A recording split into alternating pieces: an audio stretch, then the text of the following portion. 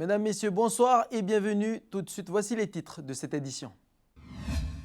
Les syndicats de la SLN montent au créneau. Une rallonge de 18 milliards leur a été accordée par Eramet, mais cette enveloppe devrait s'épuiser en juin prochain.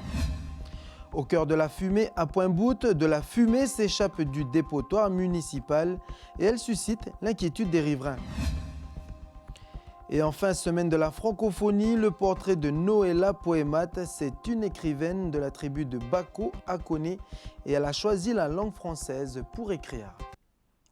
On commence donc par les syndicats de la SLN qui montent au créneau.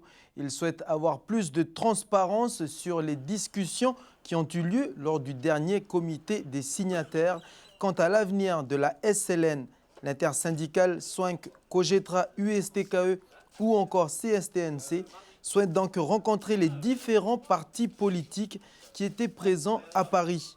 Le sénateur Pierre Frogier a été leur premier interlocuteur. On écoute Eddy Coulon et Pierre Frogier.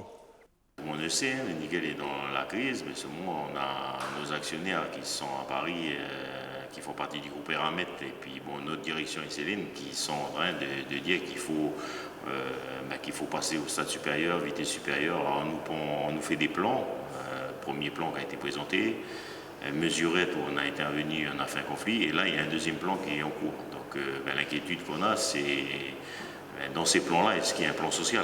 Après le plan social, ça toucherait les effectifs et notre crainte, elle est là aussi. Donc on n'est pas des enfants gâtés, on sait très bien qu'il va falloir qu'on se mette autour de la table et qu'on discute, mais notre inquiétude, c'est quand même qu'on soit transparent, qu'ils soient honnêtes, et un discours franc envers nous. Pas d'essayer de nous faire certaines choses, donner certaines choses pour tout nous reprendre à la fin.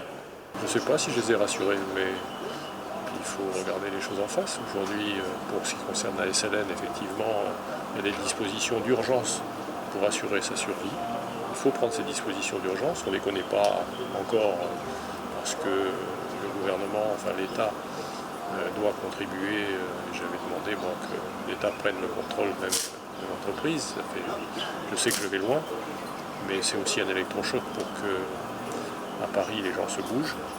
Parce qu'il s'agit de la survie de l'opérateur historique quand même, ne l'oublions pas. La SLN, ça fait partie de notre patrimoine. Des propos recueillis par Falaï Ouedro. Toujours au chapitre social, le camp Est voit donc son effectif d'agents pénitentiaires se renforcer. Actuellement, une dizaine de Calédoniens sont en formation en métropole à Agen pour occuper la fonction de gardien de prison. Les effectifs vont donc être renforcés, mais ce n'est pas suffisant selon le porte-parole de l'intersyndicale. Pour que la prison tourne normalement, il nous faudrait un apport assez rapidement d'au moins une vingtaine de surveillants, enfin en effectif, donc pour que nous puissions remplir au mieux nos missions. En ce moment, les surveillants sont fatigués, on enchaîne les heures sup, les journées à rallonge et on est clairement très fatigués. Et à noter que 4 Calédoniens ont été mutés de métropole pour renforcer, encore une fois, le personnel du camp Est. Une fumée qui interpelle, c'est celle qui s'échappe des dépotoirs municipaux. Alors, est-elle dangereuse pour les habitants qui vivent autour? À Pointe-Boute, l'INSEE Ouamo a rencontré des habitants concernés. À Pointe-Boute, c'est presque tous les matins que Palan Palasso, un riverain qui habite près du dépotoir de la commune, voit les fumées qui se dégagent de la déchetterie. Lorsqu'il y a du vent, c'est toute la fumée qui envahit sa maison. Voilà un dépotoir qui fume tout le temps. On a l'impression que c'est l'usine de Babuto.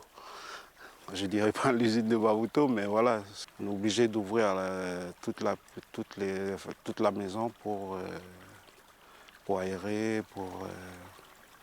parce que la fumée, non seulement il y a la fumée, mais il y a aussi l'odeur.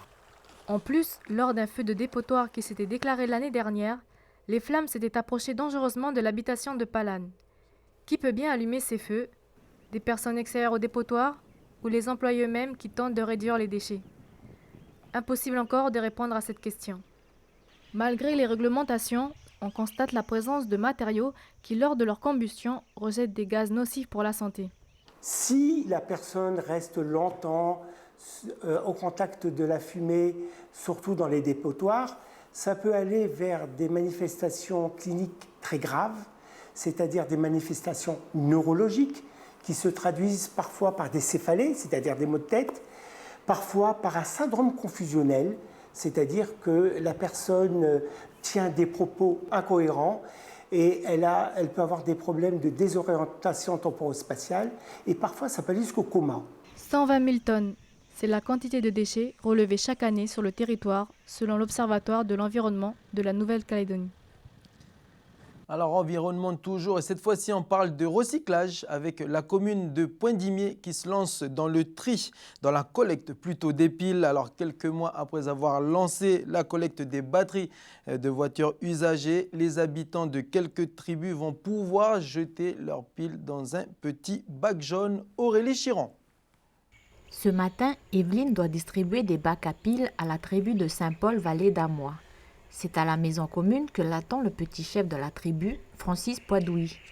C'est ici que toutes les piles seront récoltées. On ramasse les piles et puis ça c'est les pots pour les maisons. Ils remplissent ça puis après ils viennent vider dans le...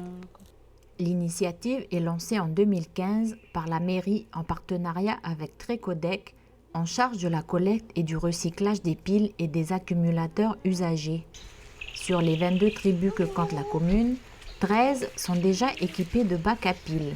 Si collecter des piles est une initiative récente, à Napoémien, la collecte s'étend déjà aux batteries. Quelques mois après son installation, voilà le résultat. Voilà, pour les batteries, les gens ont déjà ramené des batteries. Les gens jettent des batteries dans le champ ou dehors, comme ça, pas dans une poubelle. Mais ils ne voient pas l'impact de ces déchets-là sur l'environnement, puis surtout sur notre santé aussi. Pour sensibiliser les habitants à utiliser ces bacs, Judith a réalisé des affiches avec des photos prises à la tribu. Sur ces affiches sont expliqués les dangers et les conséquences de ces déchets sur la santé. Les gens ont bien pris conscience comme quoi il ne faut pas garder à la maison, il faut les emmener ici. Et par la suite, les gens ont suivi cette façon de faire. Et jusqu'à aujourd'hui, ils continuent à emmener. Ça va faire le deuxième bac qu'on le charge. D'ici quelques jours, l'ensemble des tribus devrait être équipé de bacs à piles. Les collecteurs de batteries, arrivés ce matin, seront également disposés dans les districts de Baye et de Wagap. Reste à Evelyne le soin de contacter l'organisme en charge du recyclage pour vider les collecteurs. On enchaîne avec la revue de presse internationale. Les Anglais ont décidé de taxer les boissons sucrées. On en parle tout de suite avec Clémence Losserand.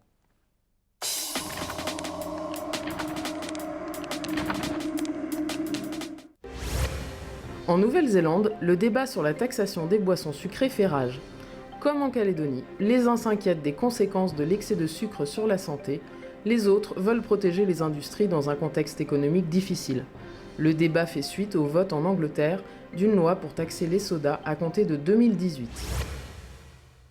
Barack Obama fait monter la pression sur la Corée du Nord. Le président des États-Unis a signé un décret imposant de nouvelles sanctions visant les secteurs énergétiques, financiers, mais aussi du transport maritime de la Corée du Nord. La Maison-Blanche souhaite aussi que soit gracié un étudiant américain condamné par la justice nord-coréenne à 15 ans de travaux forcés. Il aurait avoué avoir volé une bannière ornée d'un slogan politique. Et un détour en Indonésie pour l'image du jour. Ce bébé tortue file droit vers la mer sur la plage de Banda Aceh. Il a été élevé par des militants écologistes locaux qui luttent ainsi contre le braconnage des œufs de tortue.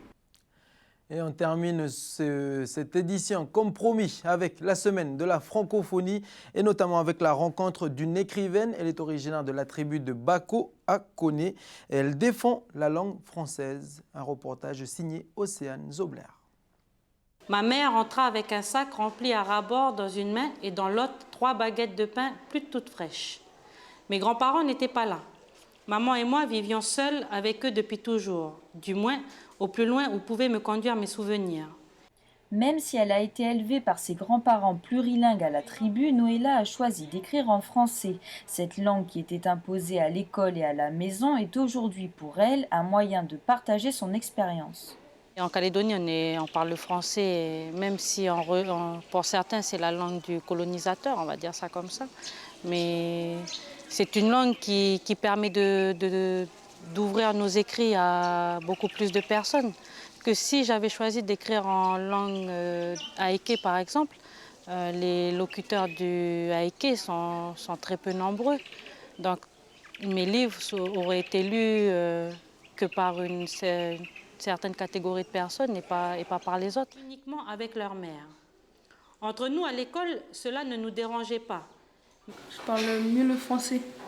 Je préfère lire des livres en français qu'en anglais. Après ces 5 premières nouvelles, Noëlla s'apprête à publier un nouveau livre plus long intitulé « Le miroir aux alouettes ». Et voilà donc qui met un terme à cette édition. L'information continue sur NCTV, notamment demain. N'oubliez pas votre rendez-vous avec NCTV Hebdo, l'occasion de pouvoir revenir sur l'actualité de la semaine. Mais n'hésitez pas à aller également sur notre site nctv.nc, notre page Facebook ou encore notre compte Twitter. Avant de vous souhaiter un excellent week-end, n'oubliez pas dimanche soir notre case documentaire Anuru Amboro avec un nouveau documentaire qui s'intitule Big Name No Planquette. Désolé pour mon accent. Excellent week-end à tous et on se retrouve lundi.